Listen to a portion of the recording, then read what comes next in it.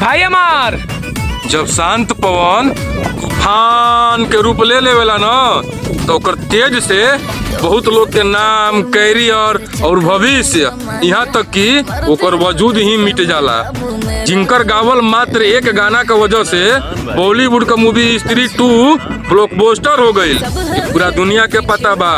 उन्हीं का गावल गाना लॉलीपॉप भोजपुरी भाषा का पहला इंटरनेशनल हिट सॉन्ग है और भोजपुरी इंडस्ट्री का पहला ऐसा गाना जो 5 बिलियन पार भइल पुदीना उन्हीं का आवाज से निकलल।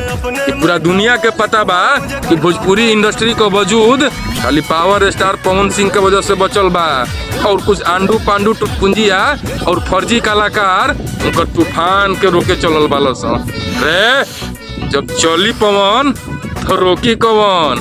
हमन को भोजपुरी भाषा में एगो पुरान कहावत है, जब तूफान तेज आवेला न तो केहरो कोना में लुका के दुबक जाए के चाहिए, नुकसान कम होला।